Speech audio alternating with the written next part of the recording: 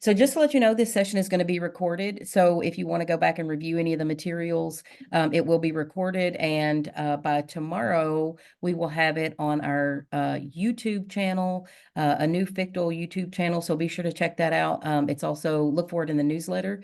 We'll have that link in there. Welcome to 30-Minute Tech Tools. Today's session, LMS, Agnosticism, and Best Practices, will be presented by our own Chris Daniel. So I'm not going to waste any more time. Thank you for being here, and I'll turn it over to you, Chris. Hi, folks. Thanks so much for joining us today, and I really appreciate your time and attention. Everybody's time is at a premium, so I recognize that, and so glad you all could join me, and hope that it's worth your time. This is one perspective, one approach to some common online or sort of a common online potential issue. I'm Chris Daniel. I'm Senior LMS Strategist now. I'm finding my way in terms of what that means, but I think it's going to mean a lot of things for us moving forward. It's my pleasure to be here today. Let me tell a quick story if I can. This is Joe Pellegrino. Now, I haven't talked to Joe in a bunch of years. If you've been here a while, you may have met him. You may know him.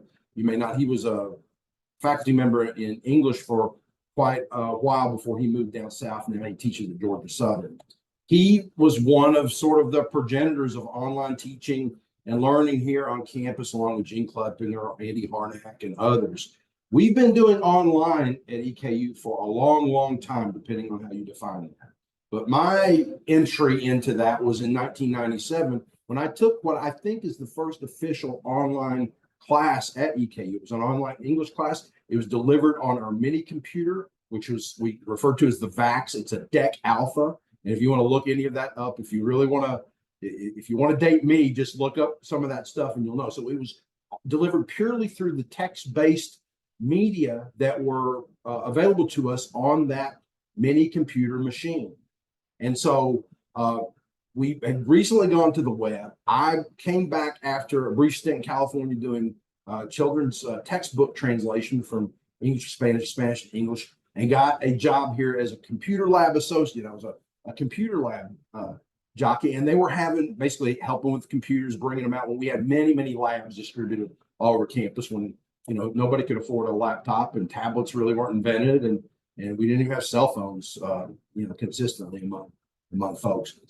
But Joe had recently moved from a product we were using called Web Course in a Box that came to us around 98, 99. I wasn't on campus at that point. And we converted over to Blackboard.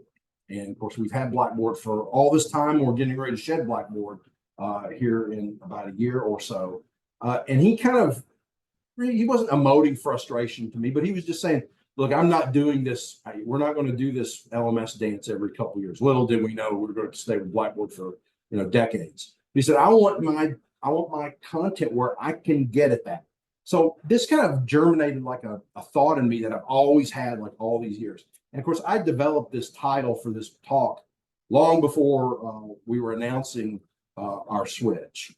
But what I'm trying to tell you is that we've had these kinds of conversations, and even though there's new technology, folks who are brand new to online teaching, every term, I get folks who are kind of new or haven't really done a whole lot with it or want to learn more. It's the same kinds of concepts.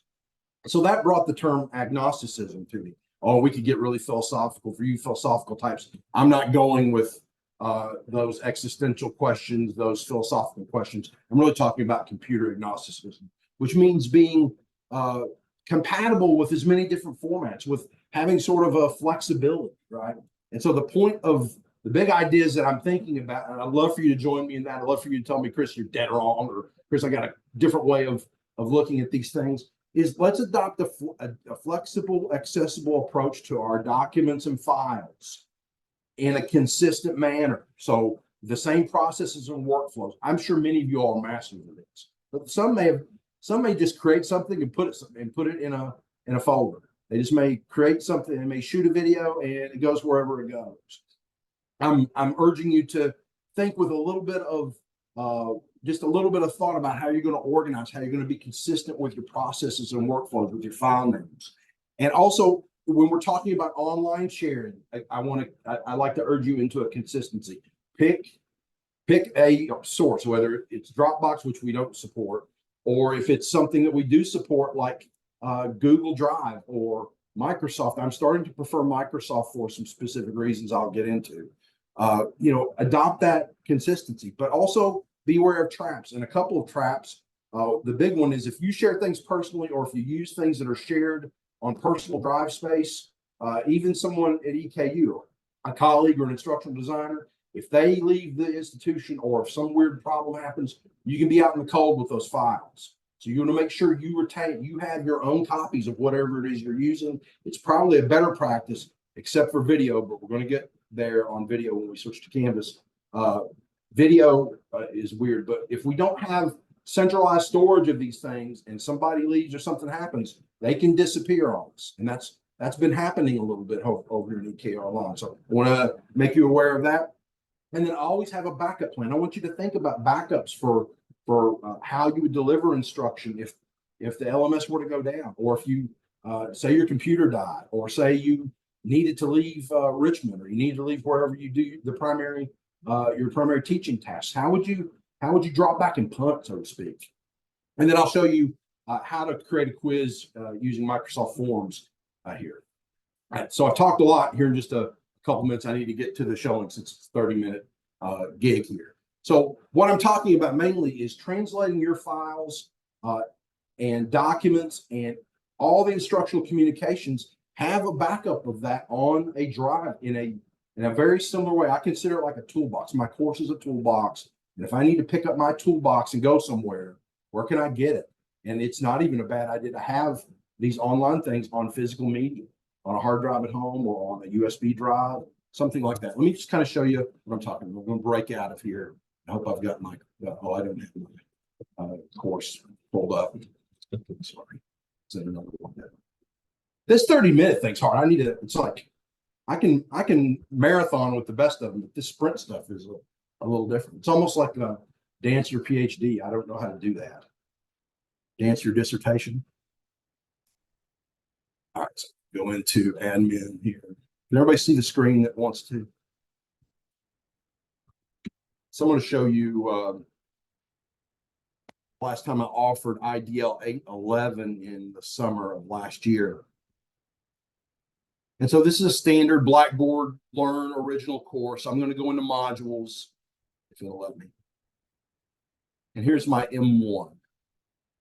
And so this is a kind of a big wall of text, but I like task lists because for me, it tells the student, you can do this many different ways, but I'm trying to tell the student, if you do these things in this bulleted list, you're done for the week. In Ultra, we could do it a different way. We could have those items sort of separate. We don't necessarily need a list. There are different ways to approach that. But so what I'm trying to tell you is that in myfiles.eku.edu or the Microsoft OneDrive, I have a very similar layout for this course.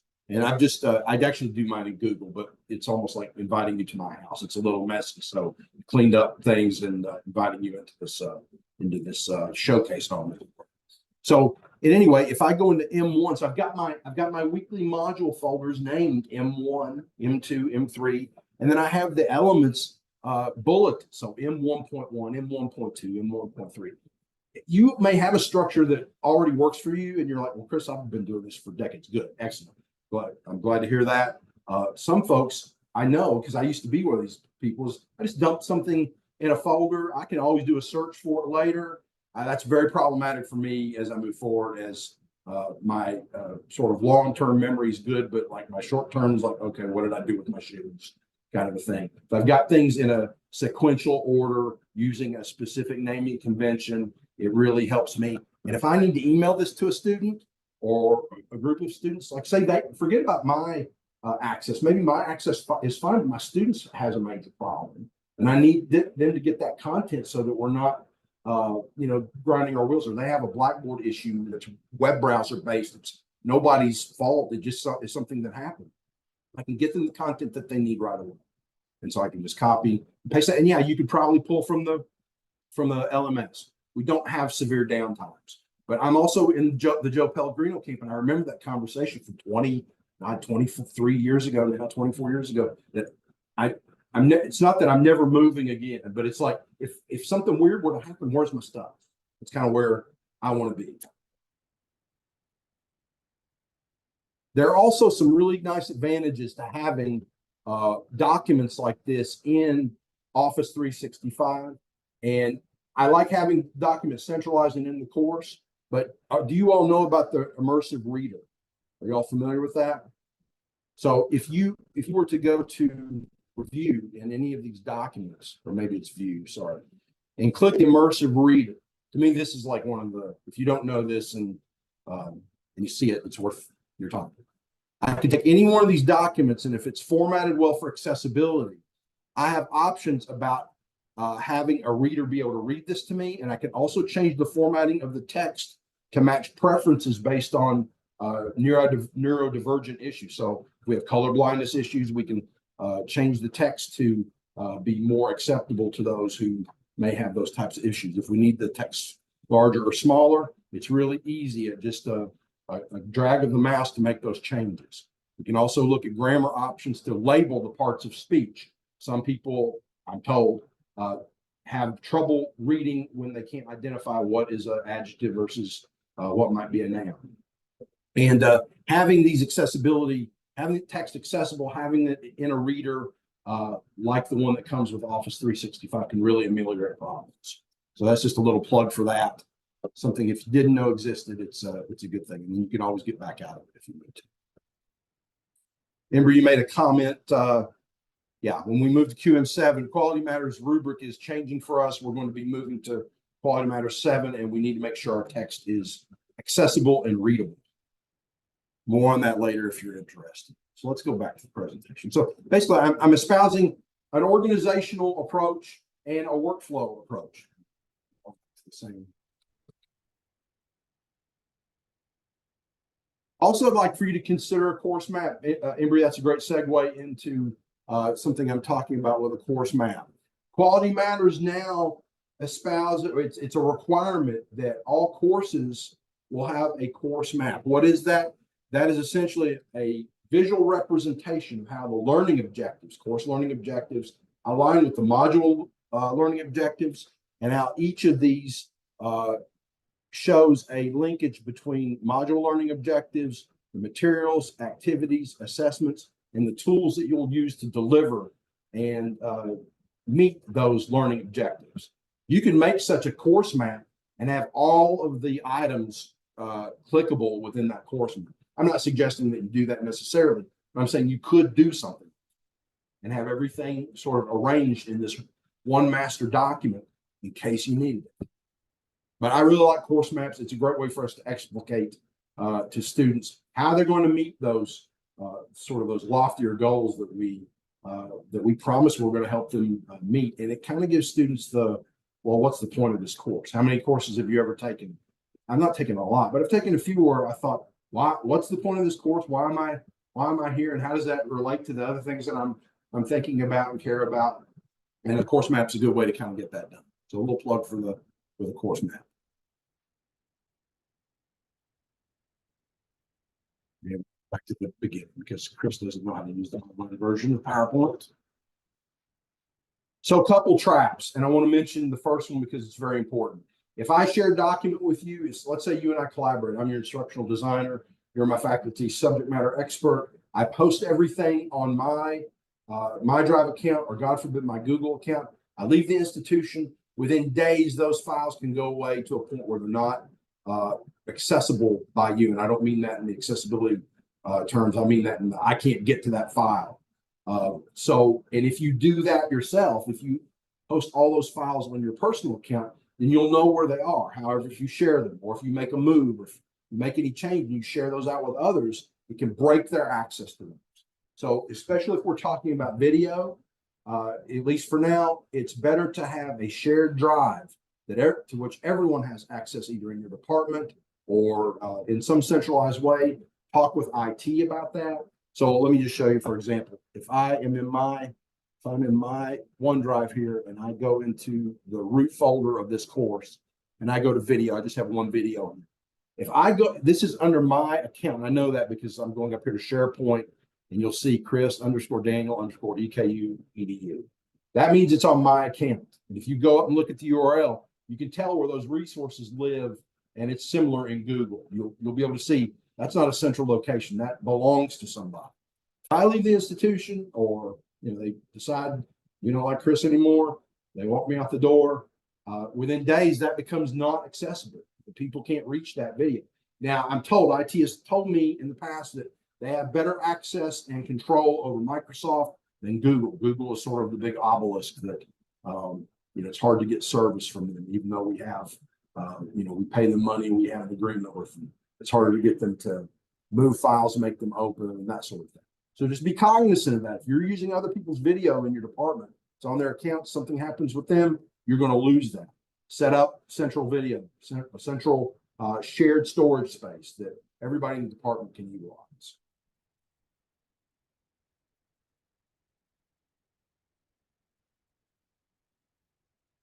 Also, be sure you know who can access files. Know how you've established that access. So, for example, if we're looking at this video, if I go up to share, I click share, by default on Microsoft Stream, the new Microsoft Stream is now housed in your own content area. So you can put video anywhere in myfiles.eku.edu, and it's potentially shareable with folks. By default, it's going to be shared with everybody at EKU. So just be cognizant of that. Some folks are sensitive. They don't want other people seeing video if they're not in their class. They may have personal messages because you can record in the browser window and send a message to students. Just be sure that you know where those settings are. And the way I got there was I just went, at the video. You could also do it in the directory. Let's go to share and then share again. And then click the gear icon if it will come up. And just make sure who that shared with. Now you can also share video out with anyone, but by default it's people at EKU, and you can say whether or not they what settings they have, edit or view. Let me also show you the auto transcript feature if you've never seen that. You can go into video settings, and then you can have it generate transcripts and captions. Now I haven't done that for this particular video, but it takes about, I don't know, between 3 and 15 minutes, depending on the length of the video. I hope nobody's recording hour-long videos anymore, but if you are, it would take quite a bit longer than that. And then you have a very functional transcript that you can edit in this window. So the editing happens right here. Let me know if you want to see that later. What are you going to do when things go wrong? I like to think about, if I create an assignment, if I have a situation where I can't use my normal tools, how am I going to deliver instruction? You don't have to act on this. And hopefully, Blackboard's not had that many downtimes in the last 3 to 5 years. I think we may have had a couple. We have one where Amazon Web Services went out maybe 7 years ago, and that took us out for about half a day. That was pretty, it was not fun, but we don't have a lot of that. I expect with Canvas, it will be it will be a very rare event. They have fault tolerances. They have multiple servers that they use across the world to send us to if something goes wrong, and they do that automatically. But just think about it. First of all, you can get a roster of your course, or you can export your groups in Blackboard, either way. If you want to show, we're a little bit short on time, but I can show that process. If you go into EKU Direct, there's a place where you can download your actual roster for the course with contact information. I'd download that and save it somewhere secure, someplace where people aren't just going to get it because of FERPA violations. But you can also do the same thing with groups. You can go into your Blackboard course, you can go to groups, and you can export your list of groups. And that's very helpful if you deal in groups a lot. Now, if you use another product like a Harmonize or Flip, they have also rostering capabilities, I believe, as well. So also, if you use another one of those tools, then Blackboard can go down, and you all can still use the other tool. For discussion boards, think about how you would deliver a discussion board if there was a major problem during the week. Here are some ideas. You could use Blogger, even though that's we don't have Blogger accounts as part of our EKU Google account. That's an option. Flip is an option. Perusall, if it's tied to an actual reading or a document, they have a discussion exchange sort of communications technology embedded in that. You can also put a video on a private link in Google, like a 2-minute prompt. You could discuss the prompt, and you can have people comment with that private link. So, and you can also do the same thing in Microsoft Stream. So I'm just telling you, think about how you might drop back and punt as it. For assignment submissions, you can use Microsoft Forms. I'll show that here in just a second. That's the last thing I'll show. And you could also have students email. Now, that's going to require that they give you a very clear and similar subject line, and that you filter those appropriately. It's kind of beyond the auspices of this talk, but I can show you how to set that up. Where if you had to, I mean, nobody wants to receive submissions at me, but if you had to, you could tell the students, look, you need to format your subject line like this, and then I'm going to use a filtering function of Outlook to filter them all into one folder, and then you can go and read and collect. I hope that'll never happen, but it's a possibility. So now let me show you forms.office.com and how you would create a Dropbox in Microsoft Forms, and you can also use the same thing for a quiz. Oh, and by the way, I back up some quiz questions too. This course, IDL 811, I have 98 questions in various question banks, and I deliver them randomly, not for a grade. It's a knowledge check. This is a graduate level class, so please do the readings. But if you want to check your knowledge and your comprehension of what you read, you can go and take one of my quizzes every week. But I like to have a few of those questions backed up, either as prompts or if I needed to send them out. So anyway, I'm going to go to forms.office.com.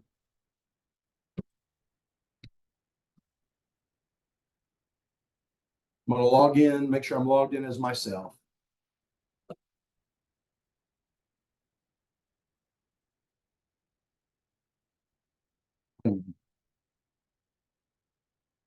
This thing likes to boot me out for some reason. Sure why.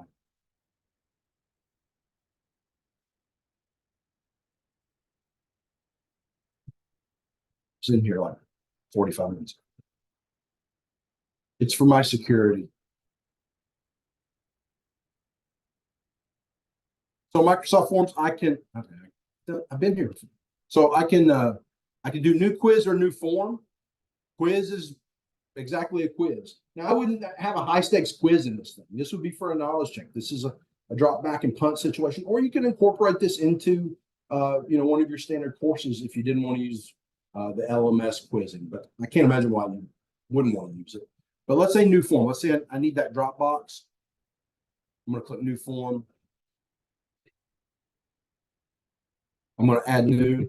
I could get fancy and make title choices and have a style, but I'm going to drop this down and do upload file. So I'm adding a question. The normal question types are choice, text, rating, date. I'm going to upload file. I'm going to make an upload file question and just say, please upload your file here.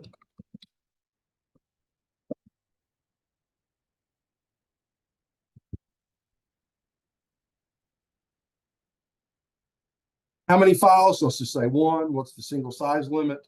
Man, I hope nobody's submitting a gigabyte file. We don't want that. And so that's there. I can go ahead and click collect responses. And who gets to see this? Only EKU people. We'll do one response per person. I'm copying the link. Well, actually, let me shorten the URL, copy the link. Here it is in the chat.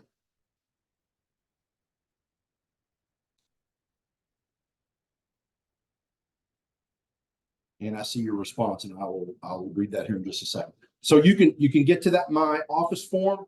You can send me a file. It could be a picture. I think the default types are all the Microsoft Office files and some basic ones like JPEG, GIF, that sort of thing.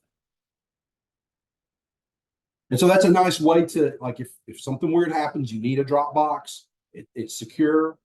Well, secure in that nobody from outside EKU by default can post to that. They need to log in with their EKU credentials. They can send you that file and you can collect it later.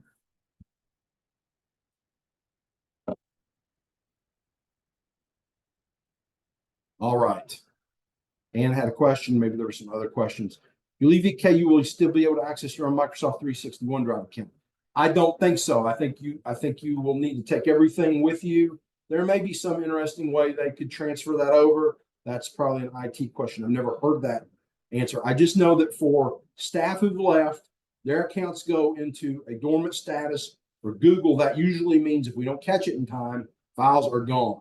With Microsoft, IT has had more success with accessing those files and putting them somewhere. But I don't think that's not an automatic process. So I would, if I were thinking about leaving, I would get all that on physical media and get that transferred over to another managed file space.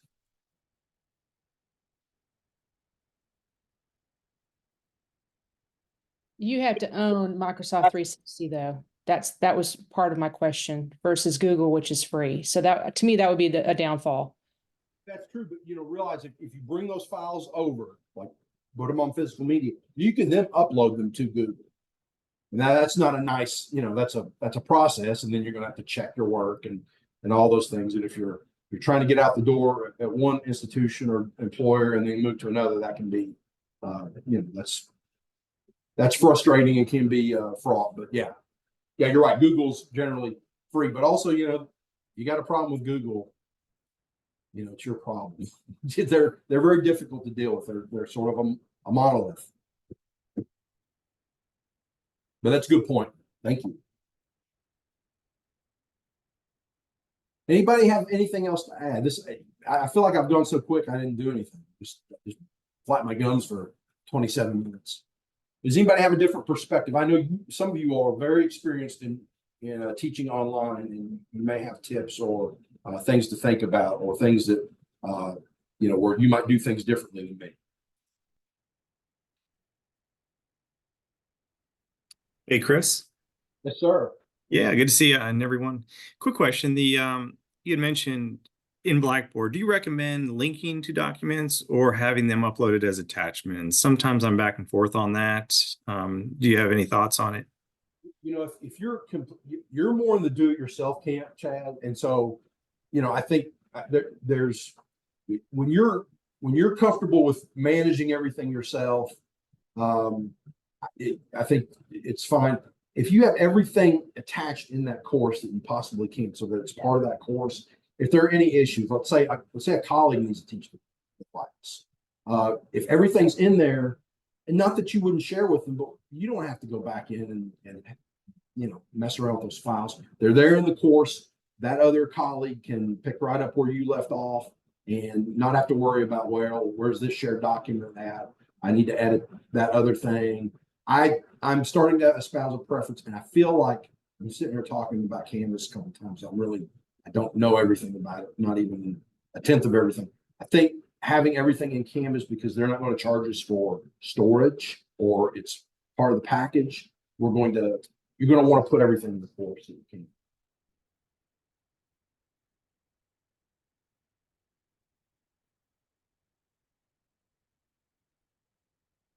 And I agree. What you upload needs to match what is online, and that's sort of the downside. If you host everything on your space, you can make the change once and it gets distributed everywhere, right? So if you teach multiple sections, I might have a different answer there too. And Blackboard has centralized file management, but I've always found it to be clunky. I've never found it to be like you can put things in this content collection. I think that's what it's called. And then share that out to multiple sections. So you can have your syllabus in Blackboard one place and share that out to all the different courses that are similar. And it's okay. But I've always found it to be very clunky.